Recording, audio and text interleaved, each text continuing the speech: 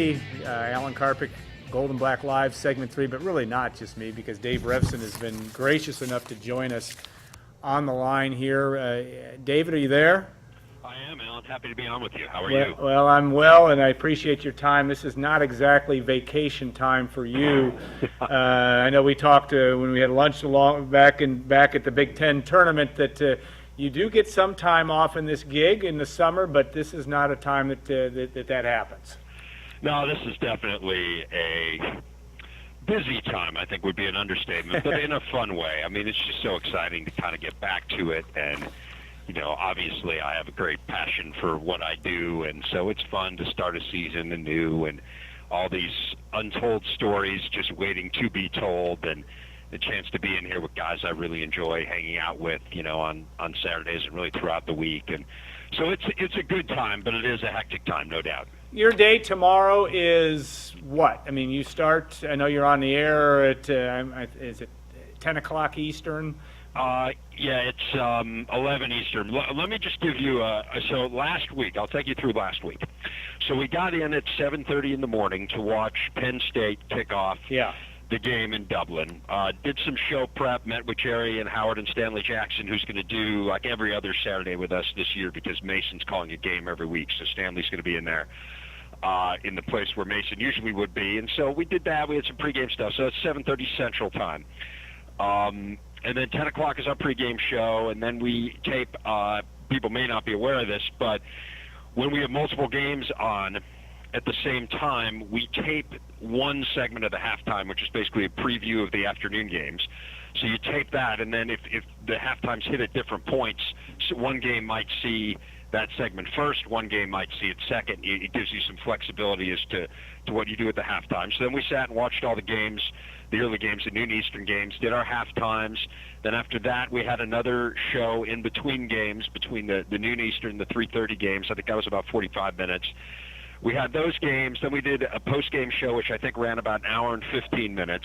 And then we didn't have a night game, so it actually wasn't too bad a day. But the challenge was that the Wisconsin-LSU game started at 9 Eastern, which is an hour later than the night games usually start. So we were watching that game, then we have an hour wrap-up show at the end. And while we were on the air for our hour wrap-up show, it came across Twitter that Penn State had returned back to campus in State College. So they played a game in Dublin, Ireland, flew back home, made it to Pittsburgh, and then to State College, and we were still there. We walked off the set at 1:30 in the morning Central Time, so it was a nice little 18-hour day. But it's great. Like I said, I'm not complaining, but it's a long day. Is Jerry DiNardo as pleasant or is, I don't know if pleasant's the right word, is he fun? It seems to be a fun guy to be around, I guess. Pleasant's never been used. Yeah, okay, so that's what I wanted to be the first. You needed me to be the one to give you permission to say that wasn't really necessarily the adjective we wanted.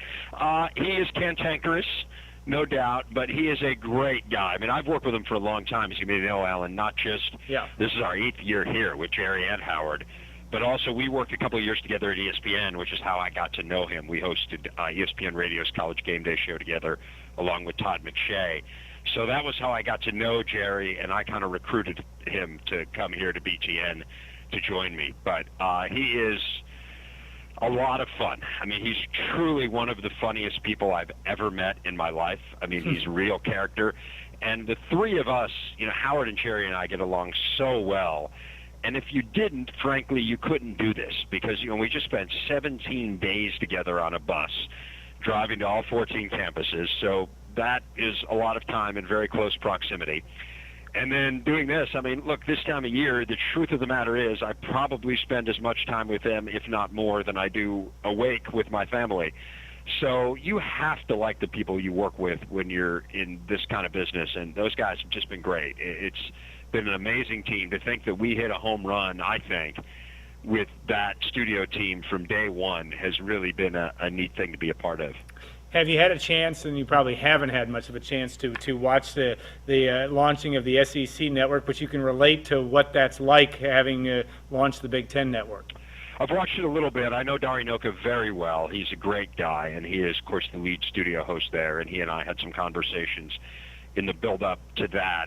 I actually watched a great story they did last night, or a show, actually. It was kind of a 30 for 30. It was their spin-off of that on Chucky Mullins. I don't know if you remember Chucky Right. Mullins, who was the Ole Miss player who was paralyzed and then eventually died a couple of years later. It was really well done and well produced, and yeah, I mean, it seems like they're off to a great start. It's fun. I mean, I think it raises the bar for everyone to have someone who's trying to do it on the same scale that we're trying to do it, frankly. I think they're really the first ones to kind of try to go at it the way we are, and so it's been neat. I mean, I think it's great for us. I don't necessarily think our audiences intersect much, to be quite honest. Yeah. But it's just neat to kind of watch what they're doing, and I know they watched a lot of what we've done, and I think that it's fun. It's fun to be measured against someone else.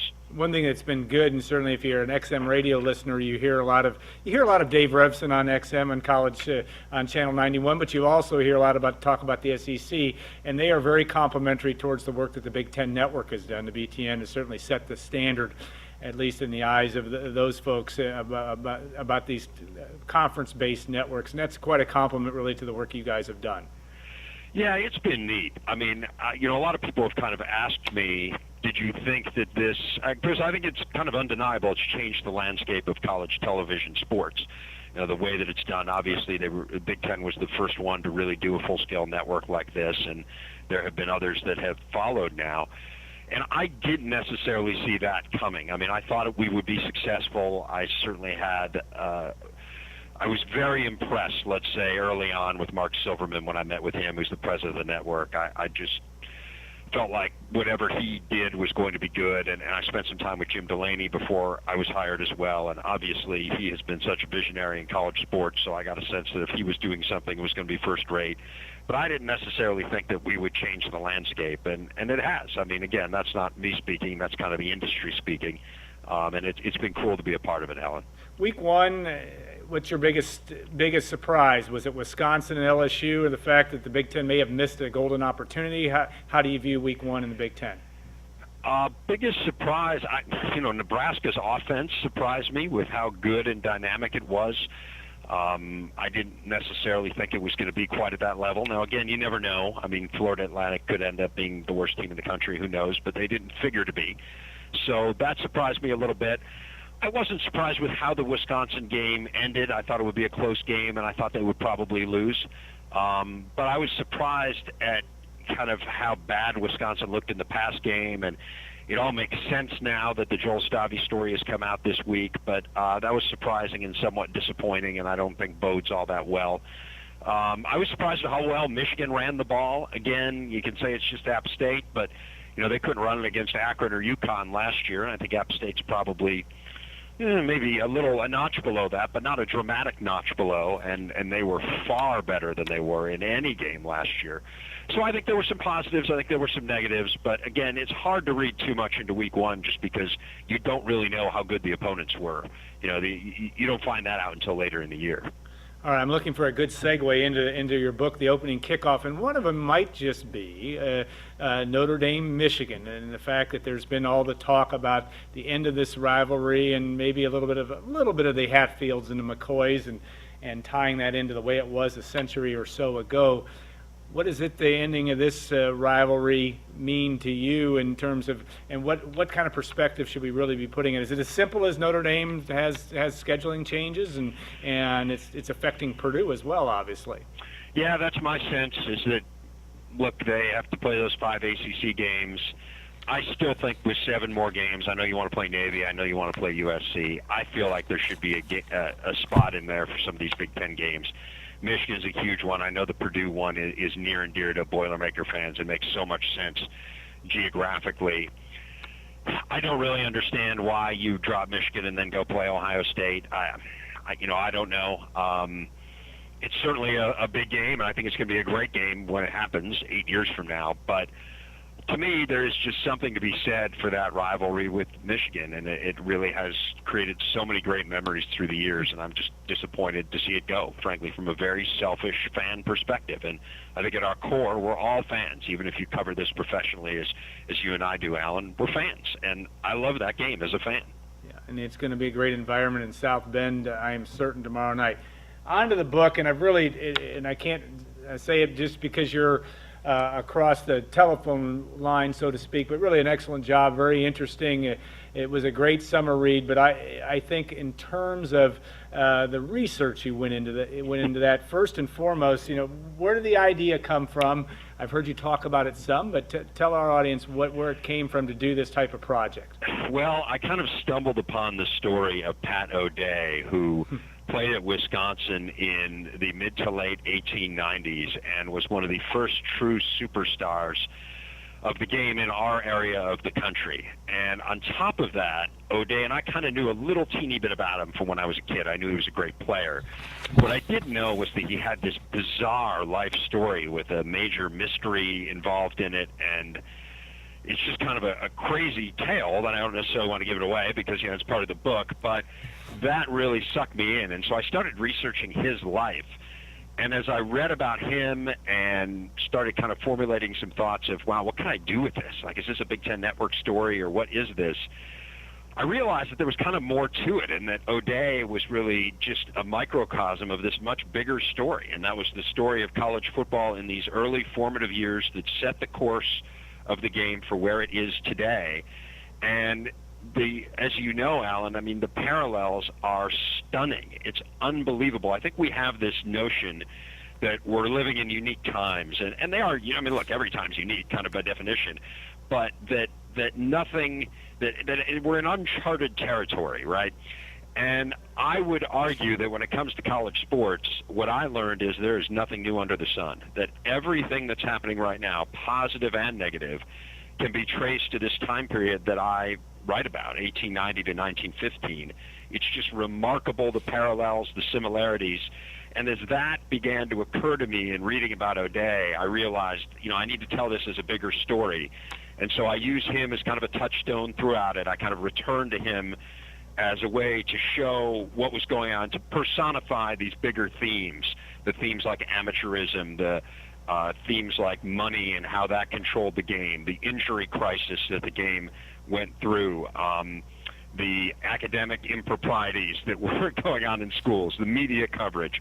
All of that stuff was kind of wrapped up in him, but I also tell the broader story of how it applied to other schools and other people throughout that time period. One of the things that interests me the most, the business side of that, even in the 1890s, and you have to get it's a good book to read with a business calculator or those calculations that you can make of the time value of money, or how much was the $25,000 that film rights that I think Yale got, or got turned down, and then ended up getting some $119,000 for the Harvard Yale film back in 1894. Those stories are amazing to me. The fact that those are still, television rights to be able to watch a game, whether it be live or later, is still a big function of how much interest there was in the sport at that time. Yeah, I think there's a huge misconception, certainly I had it, that these games were just a bunch of well-mannered Ivy Leaguers who took a break for a couple hours from reciting Shakespeare or whatever they were doing to go kick the ball around in front of a few hundred people. And that just could not have been further from the truth. I start the book, as you know, with a game in 1893 between Yale and Princeton in New York City that was played in front of 50,000 people, which was a bigger crowd than had ever seen a professional baseball game at that point by a significant factor. So, I mean, this was a huge sporting event. And the New York Sun sent 17 reporters, one newspaper, Alan, 17 reporters to cover that game, and they devoted a quarter of the next day's paper to it. So, yeah, this was an enormous deal, absolutely from the get-go. You mentioned that Yale-Harvard game. It generated, in 2014 dollars, $3 million in gate receipts in 1894. So this was a big deal from the get-go, and closer to home, it really impacted the early formation of the Big Ten because there were haves and have-nots even then, and those two fought about how do we divide the gate receipts. And the ultimate have was the University of Chicago and Amos Alonzo Stagg, and he held everyone in the league hostage financially in those early days, and the league nearly blew up in the first couple of years because of disputes over finances. So it is amazing, the parallels. I mean, to me, Amos Alonzo Stagg in the 1890s is the Longhorn Network in 2012, which nearly led to to a certain extent, it did lead to the Big 12 blowing up. I mean, Texas A&M and Missouri pretty much left because of the Longhorn Network and because of the inequitable sharing of television receipts. And I wondered, in the end, twofold question: whether Stagg is a hero or a villain, and then secondly, the fact that the University of Chicago, one of the great academic institutions in this country now, started really with the basic premise of using football, and its president William Rainey Harper trying to use football as a way to put its name on the map. I mean, they were making no bones about that, it almost seemed at the time. What about that, and where does Stagg fit into that? Because he's a little bit of an operator, to put it nicely, in your book. No doubt. I think he comes off poorly in the book. Certainly, he was much more interested in the University of Chicago than he was in the broader development of the game. But again, I would make a parallel, and I use Walter Camp, too, who comes off very poorly in the book.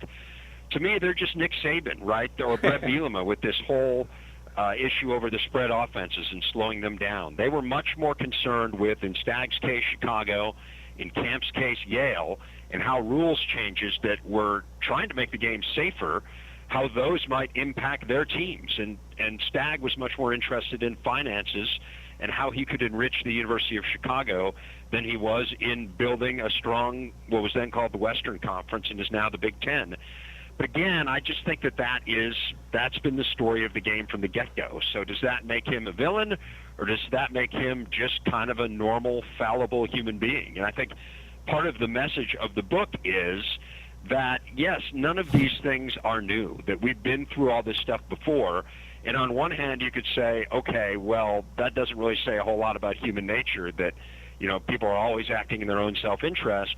Or you could say it kind of lets us off the hook, that we've had these problems from the get-go, and that just is human nature. This is what it's about.